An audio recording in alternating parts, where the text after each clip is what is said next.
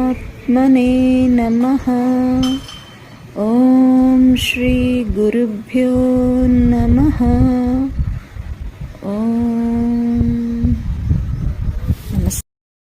ओम नमस्ते जी। आज मैं एक विभिन्न विषय के बारे में चर्चा करना चाहती हूँ। ये विषय है कि पैरानॉर्मल एक्टिविटीज़, भूत प्रेत पिशाच, शाकिनी डाकिनी मोहिनी इत्यादि, इसमें सच्चाई कितना है, ये विषय के बारे में चर्चा करना चाहती हूँ।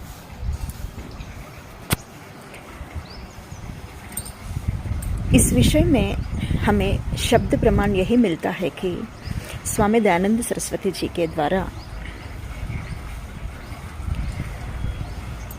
जब व्यक्ति मृत्यु को प्राप्त होता है, मृत्यु के बाद 11 दिन तक भ्रमण करते हैं ब्रह्मांड में और उसके बाद पुनर्जन्म लेते हैं। ये पुनर्जन्म तुरंत हो सकता है या समय भी लग सकता है, अधिक समय भी लग सकता है, परिस्थिति के अनुसार, ईश्वरीय न्याय व्यवस्था के अनुसार। यदि पुनर्जन्म तुरंत नहीं मिला तो इस बीच का सफर आत्मा का कैसा हो सकता है, क्या हो सकता है, किस तरह से रहते हैं वो, ये यहाँ प्रश्न खड़ा होता है। इसके लिए सटीक शब्द प्रमाण हमें मिल नहीं रही है, लेकिन कुछ वैदिक विद्वानों के मत ये है कि आत्मा 11 दिन भ्रमण के अनंतर यदि पुनर्जन्म तुरंत नहीं मिला तो आत्मा अचेतन अवस्था में रहता है, एक तरह का मूर्छित अवस्था में रहती है। कुछ बोध नहीं होता है आत्मा को, लेकिन हमें लोक में प्रत्यक्ष प्रमाण और अनुमान प्रमाण से हमें मालूम होता है कि आत्मा कई संकेतों के माध्यम से अपने परिवारजनों को स्वप्न के माध्यम से संकेत देते हैं, और स्वप्न ही नहीं, प्रत्यक्ष रूप से भी जीवित व्यक्तियों के द्वारा अपना बात रखना चाहते हैं और जीवित व्यक्तियों के द्वारा अपना जो भी इच्छा है वो हासिल करना भी चाहता है। ये सब हम प्रत्यक्ष रूप से और अनुमान रूप से देख रहे हैं समाज में।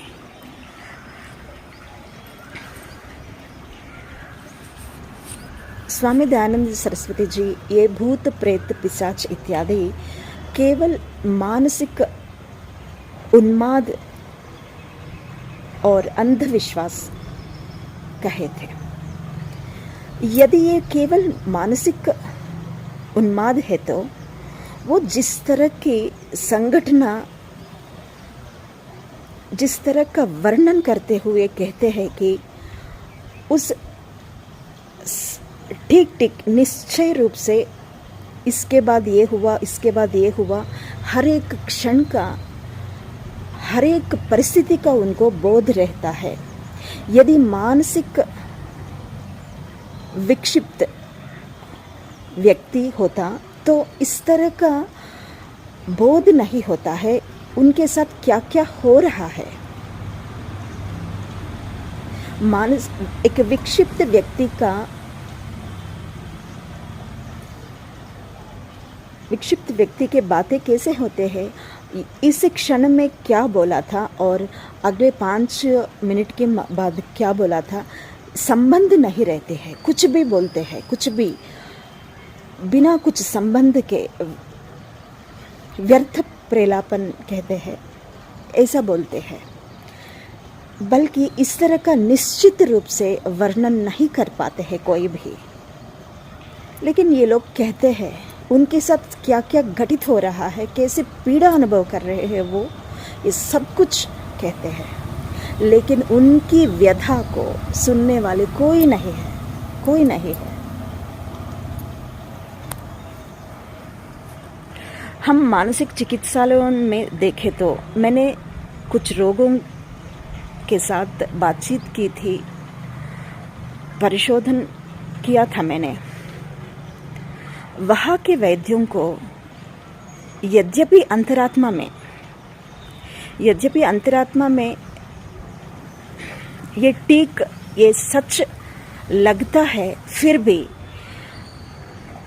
गवर्नमेंट डॉक्टर्स हो या प्राइवेट डॉक्टर्स हो, गवर्नमेंट के नियमों के अनुसार चलना पड़ता है। क्योंकि गवर्नमेंट नहीं मानती है इस विषय को, तो इसके अनुसार वो चिकित्सा नहीं कर सकते हैं, इसके अनुसार उनका शोध कार्य आगे नहीं जा सकते हैं। इसलिए वो मजबूर होके इस रूप में रोगों को सहायता नहीं दे पा रहे हैं। और क्राइम डिपार्टमेंट में देखे तो न्याय व्यवस्था में आर्मी हो या पुलिस डिपार्टमेंट हो या सीआईडी डिपार्टमेंट हो, इस तरह का क्षुद्र पूजाओं से बहुत सारे अपराध हो रहे हैं। इन अपराधों को दंड नहीं मिल रहे हैं, इन अपराधियों को साबित नहीं कर पा रहे हैं कि ये अपराधी है। अन्याय भुगतने वाले भुगतते जा रहे हैं। वहाँ भी ऐसे ही मजबूरी है, गवर्नमेंट स्वीकार नहीं कर रही है, गवर्नमेंट मान नहीं रही है, क्योंकि प्रत्यक्ष रूप से सटीक प्रमाण उनको नहीं मिल रही है। ये अनुमान रूप से प्रमाण मिल रही है, लेकिन टिक्स प्रत्यक्ष रूप से नहीं मिल रही है। इसलिए गवर्नमेंट मान नहीं सकती है। उनके पास, न्यायालय के पास यदि कोई केस आ गया, तब भी वो कुछ नहीं कर पा रहे हैं। ये उनकी मजबूरी है। फिर समाज में हम न्याय कैसे दिला सकते हैं? क्या हम इन मानसिक उन्माद से पीड़ित व्यक्तियों को ऐसे ही छोड़ना चाहिए? कितने सालों तक औषधि लेते रहते हैं, आज जीवन भी औषधि लेते रहते हैं, लेकिन उनको सॉल्यूशन नहीं मिल पा रही है। हो सकता है मानसिक व्याधि के पीछे कई कारण हैं। केमिकल इम्बैलेंस हो, हार्मोनल इम्बैलेंस हो, मेंटल शॉक हो, किसी भी तरह से एक्सीडेंट भी हो सकता है। ये सभी कारण होते हुए भी मेरे शोध कार्य के अनुसार ये भी एक कारण है। ये पैरानॉर्मल एक्टिविटीज़ भी एक कारण है मानसिक रोगी बनाने की प्रक्रिया हो रही है।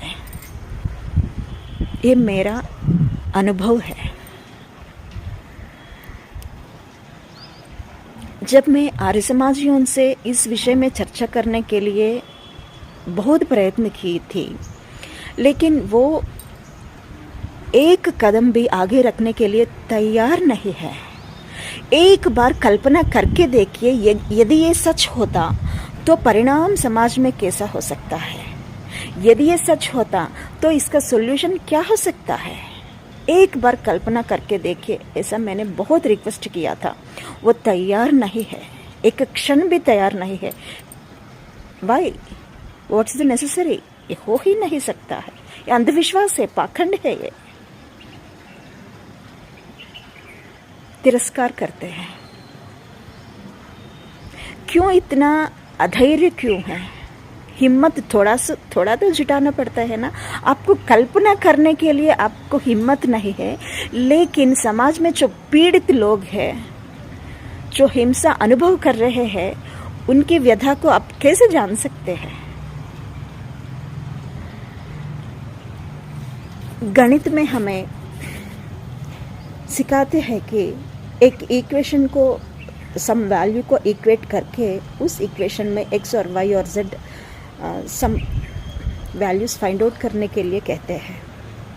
उसकी प्रक्रिया में प्रारंभ में let us assume that x equal to 1 ऐसा करके कैलकुलेट करते जाते हैं। वो यहाँ ठीक नहीं मान रहे हैं कि x 1 ही हो सकता है और कुछ भी नहीं। ऐसा ठीक उनको मालूम नहीं है, फिर भी वो ऊहापोह कर रहे हैं। कल्पना करके परीक्षण करना चाह रहे हैं, उस परीक्षण में अंत में यदि आंसर 1 आ गया तो निर्धारण हो सकता है, यदि नहीं आया तो दूसरा नंबर लेते हैं।